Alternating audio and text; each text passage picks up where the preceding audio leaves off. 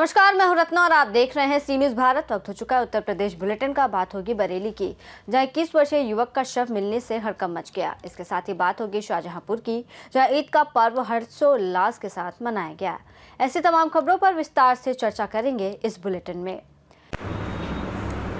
खबर बलिया से, जहां पीड़ित ने बताया कि पड़ोसी मेरी फूफी की जमीन जो मेरे नाम से है उस पर दबंगों ने कब्जा कर लिया, जिसका विरोध करने पर दबंगों द्वारा मारपीट की गई। पीड़ित ने रसरा कोतवाली में भी तहरीर दी है। पीड़िता ने आगे बताया कि मुझे और मेरी बूढ़ी मां को दबंगों ने जमकर पीटा। पीड़ित का आरोप है कि दबंग मुख्तार अंसारी के लोग हैं और उनके नाम पर लोगों पर धौंस दिखाते हैं। पीड़ित ने इस पूरे मामले को लेकर पुलिस को तहरीर देकर कार्रवाई की मांग की है, जिसके बाद पीड़ित ने डीएम एसपी को भी पत्र देकर न्याय की गुहार लगाई है। वीर अहमद है, जिला रसला कस्बा बलिया का रहने वाला हूँ। मैं डीएम साहब के कार्यालय पे आया। क्या मामला क्या है? मामला ये है कि मेरी फूफी की ज़मीन थी। मैं सेवा में अपने सेवा हम लोग किए थे, माँ बेटा किए थे। फूफी ने हमारे नाम से नगर पालिका में अपनी ज़मीन को दर्ज करा दी। तब फिर क्या हुआ? फिर वो एक अगल बगल के पड़ोसी है, उसका नाम राजा है और उसका भाई का नाम शेरू है, अली राजा है। हमको छिनौती मांग रहे हैं। अली राजा को ज़मीन ना देने पे बोलता है इसका पूरे गैंग है, मुख्तार अंसारी के लड़के से इसका बहुत कांटेक्ट है। किसका? अली राजा का। उसी के सौ पे इतना लोग को बुला के रखा था कि हम पे बहुत लोग मार रहे थे। मेरी माँ जाने के बाद लगे इनको भी मारे, इनको भी ढकेल दिए, गिर गए। ये कैंसर के पीड़ित मरीज हैं। इसी वजह से हम डीएम साहब के पास आए हैं। अपना क्या मांग किए हैं? क्या मांग डीएम साहब उन लोग पे कार्रवाई करें। आप थाने पे गए थे? जी, थाने पे गए थे, वहाँ तहरीर दे के हम आए हैं। तो थानेदार द्वारा कोई कार्रवाई उनके अभी खिलाफ? कोई कार्रवाई नहीं हुआ थानेदार से। घटना कब का है यह? घटना कल का। जी, कब का घटना था ये? कल का था जी। ये जो जमीन है वो कितना पूरा जमीन है? वो जमीन 5-6 डिसमिल है। क्या नाम है आपका? शाहजहाँ कहाँ की रहने वाली है? रसड़ा से है। क्या मामला है? मामला ये है ना कि घर जो गिर रहा था, तो मिस्त्री से कहा कि तुम्हारा बाप का घर है, क्यों गिरा रहे हो, कब्जा कर रहे हो। तो उतने में हमारा लड़का निकल हुए कि आखिर क्या बात है, कहाँ है। तो कब्जा अब एक ये हो गई कि अब कब्जा करते रहे, लुटत रहे, करे लोग झगड़ा झुगी मारा पीटी 5 गुड़ा गौन सा एक लूज गौन सा। तो हमको भी छोड़ावे तो हम को ढकेल दिए, हम गिर गए उतना दूर, तबीयत खराब बा। कौन है ये जो सब राजा जिनसे राजा जमीनिया मांगता लोग। तो क्या जमीन किसका है? जमीन हमने के न बा, हमने के ननद का, हमार जमीन ननद रही हमार। अच्छा, चचेरी ननद रही ना। तो वो कहाँ है? वो बस झूठे वे गुंडा ही झूठे एकदम, अभी झूठे एकदम बुराई करके। क्या उसके पास कोई कागज वगैरह है क्या जमीन का? कुछ ना कोई कागज नहीं। तब कहाँ ऐसे कर रहा है वो? और एक सूट धा दिली गुंडई। हाँ, एगो लड़का बाटे के मार दीजिए, खत्म हो जाए।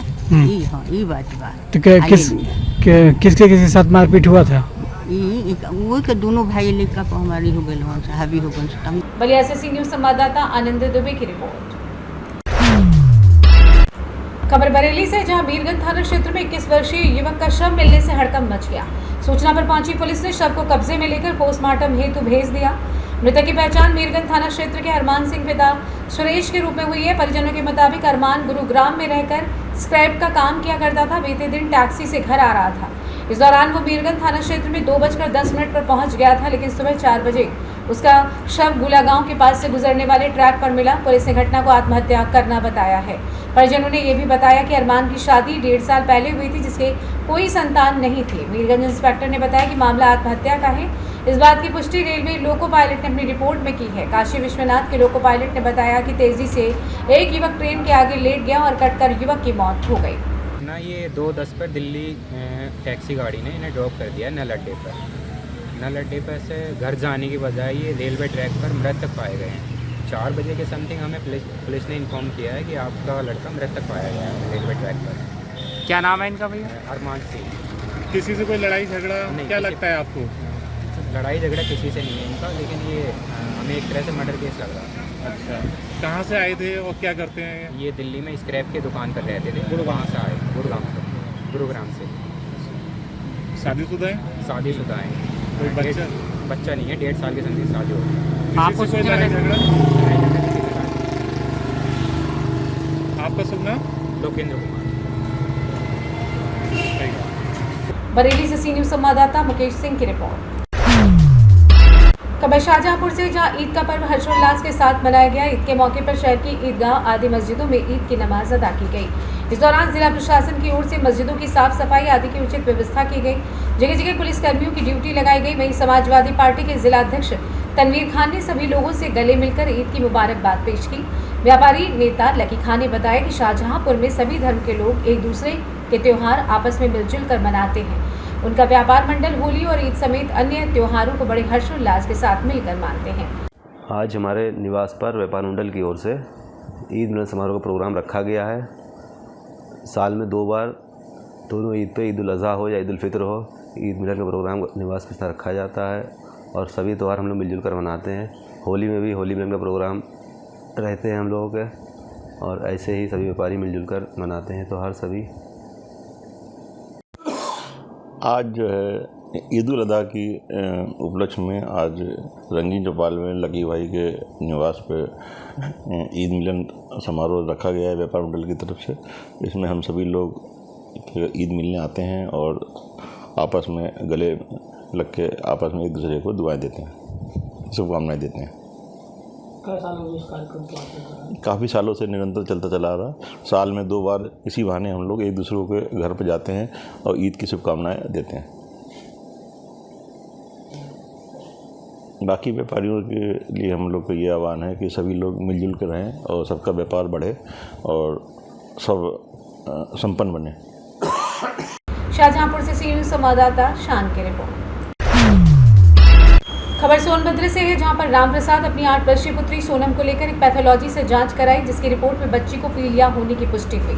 इसके बाद बच्ची का पिता उसे महिला चिकित्सक के पास ले गया। चिकित्सक ने उसे 4 दिन के लिए भर्ती करते हुए दवा लिख दी। पर्चा ले पिता नर्स के पास पहुंचा। नर्स अनीता ने इंजेक्शन लगाया। पिता ने बताया कि इंजेक्शन लगाते ही बच्ची की मौत हो गई। पिता मृत पुत्री को पैदल ही लेकर घर की ओर चल दिया। ये देखकर मीडियाकर्मी ने अधीक्षक से शव भिजवाने का अनुरोध किया, तो आधे घंटे बाद एम्बुलेंस से शव लेकर माता पिता रोते बिलखते घर चले गए।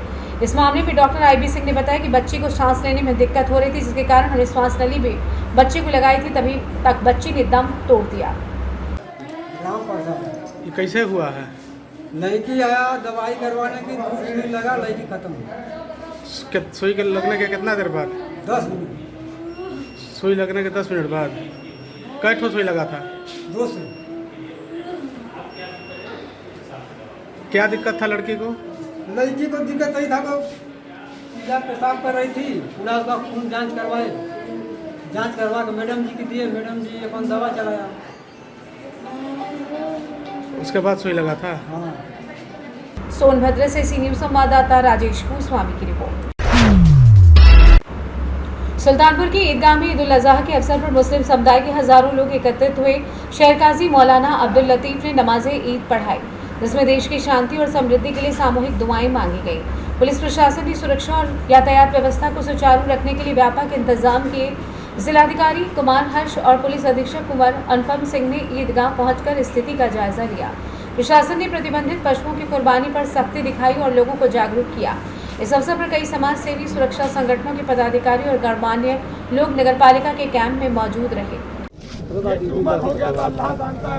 भैया ईद उल अज़हा के मौके पर हम ये पैगाम देना चाहते हैं कि ईद जो है, ईद कुर्बान जो है, ये हमें दर्श देता है कि हमारा जो भी अमल है वो अल्लाह और रसूल की रज़ा के लिए है।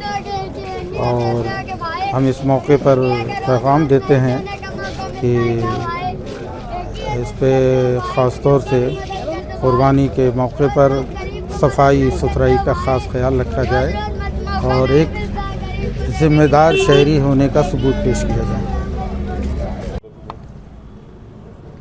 आज बकरीद का त्यौहार है, सुरक्षा को लेकर क्या है?